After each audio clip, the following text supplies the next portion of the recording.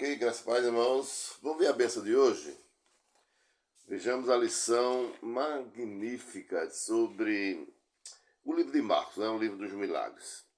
E hoje vamos estudar justamente discernimento espiritual, uma questão vital.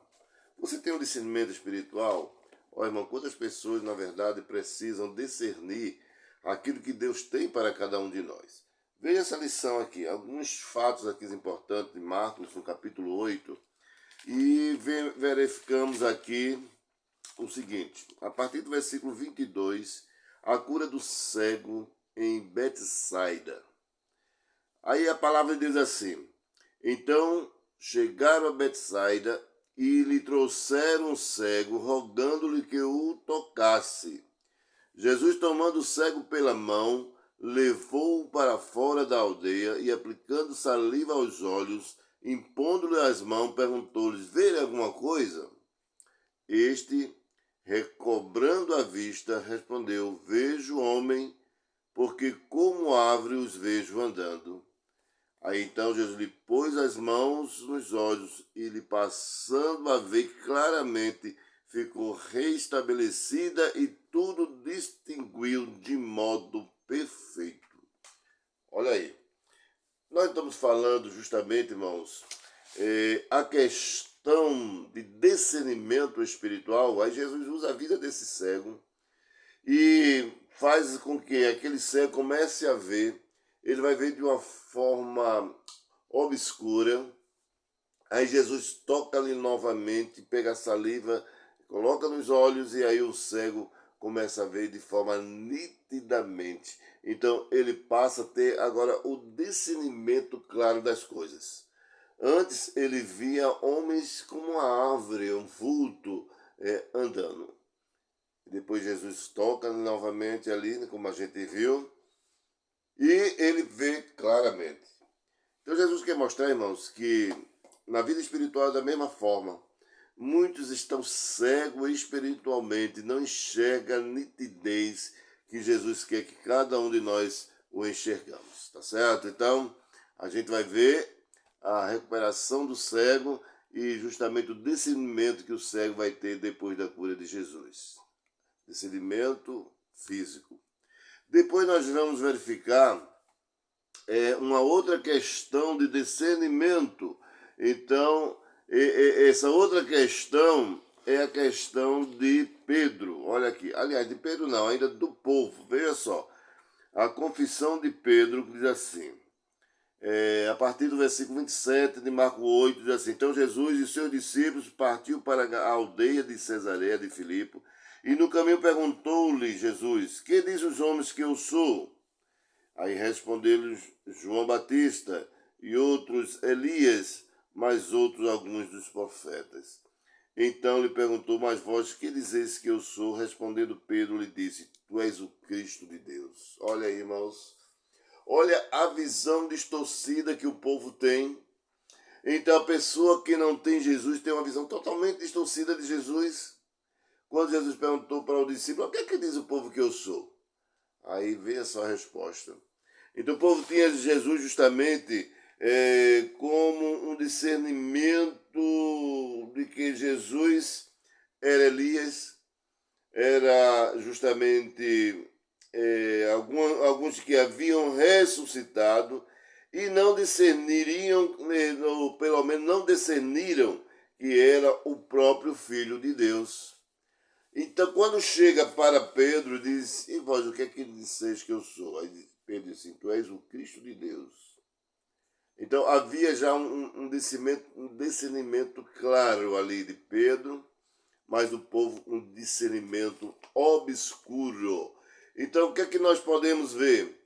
Nós podemos ver que a realidade perdura até hoje. Muitas pessoas ouvem falar, até mesmo o confessam, mas não o conhecem como verdadeiro Deus. Vamos ter um discernimento mais apurado de Deus em nossa vida, um discernimento apurado de Jesus em nossa vida.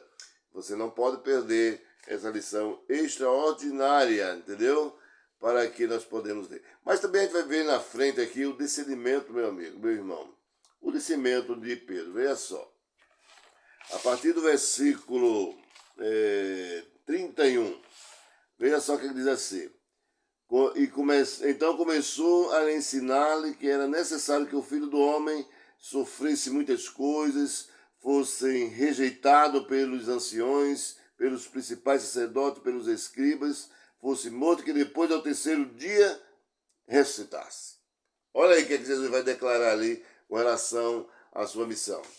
Aí agora entra Pedro aqui, e Pedro tem uma visão totalmente distorcida de Jesus. Aí Pedro diz assim, não, Senhor, de forma nenhuma, isso não vai acontecer com você não, Senhor. Então, você vai se livrar de tudo isso aí. Então, uma distorção aqui, veja só. Aí quando Jesus falou isso, aí diz assim que ele expunha claramente, mas Pedro, chamando a parte, começou a reprová-lo. Olha aí. Veja que discernimento Pedro teve aqui totalmente equivocado. Mateus 16 e 21 diz assim, e Pedro, 21 e 22 diz assim, e Pedro, chamando a parte, começou a reprovar, dizendo, tem compaixão de ti, Senhor, isto de modo algum te acontecerá. Sabe o que Jesus fez? Jesus repreende Pedro e diz assim, arrebata-te de mim, né? Como assim, não é a palavra arrebata.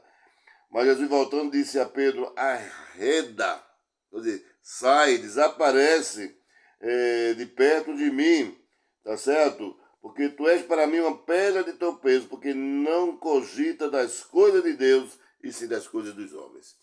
Então, uma visão totalmente distorcida de Pedro.